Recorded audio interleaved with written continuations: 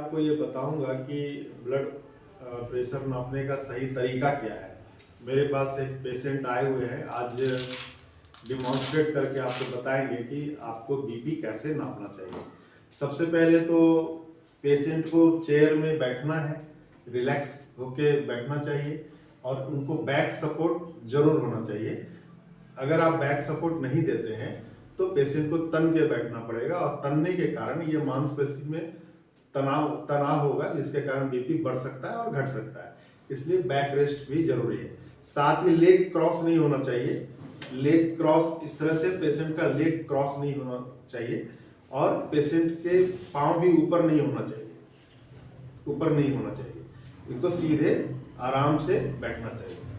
साथ ही ये जो आप देख रहे हैं, चेस्ट और आर्म का पोजीशन एक साथ में होना चाहिए और उसके बाद फिर ये कफ को बांधना चाहिए। ध्यान रहे कि ये कफ जो है, ये जो पाइप है, ट्यूबिंग है, ये नीचे की तरफ हो, ये ऊपर की तरफ नहीं होना चाहिए, उल्टा नहीं होना चाहिए, ये उल्टा पोजीशन है।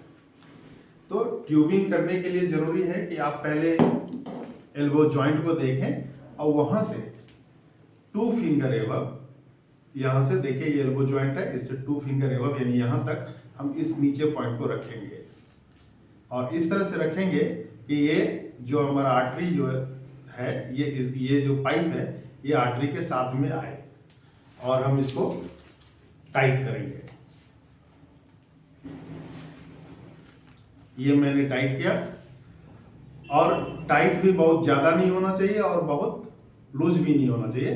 कम से कम आपका एक उंगली अंदर चला जाता हो इतना लूज होना चाहिए। अगर आप बहुत ज्यादा टाइट कर देंगे तो बीपी हाई आएगा। अब मैं आपको बीपी मेजर करके इनका बताता हूं, इनका ब्लड प्रेशर कितना है।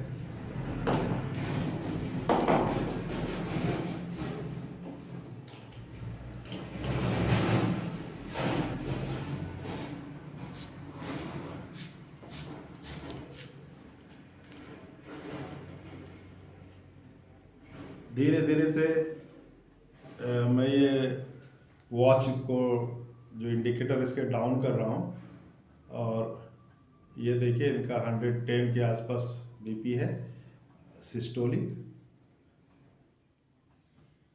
और डायस्टोलिक 70 के आसपास इनका बीपी है।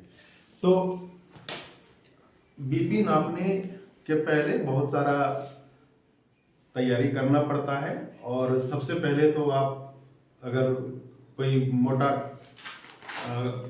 कोई क्लोथ है तो उसको हटा लें, क्योंकि अगर यहाँ मोटा क्लोथ के ऊपर अगर बीपी नापा जाए तो बीपी ज्यादा आता है, इसलिए पहले क्लोथ को हटाना चाहिए। ओपन आर्म में नापने से सही रीडिंग आता है।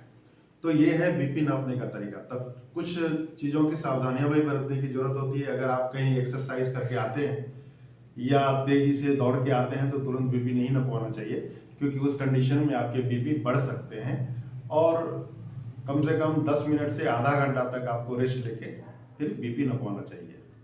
अगर आप अल्कोहल लेते हैं, अल्कोहल लेके आए हैं, स्मोकिंग करके आए हैं या फिर तुरंत कॉफी लेके आए हैं तो 1 घंटे के बाद ही बीपी नापने की आवश्यकता होती है, क्योंकि ये सारी कंडीशन बीपी को आपके बढ़ाते हैं। Thank you.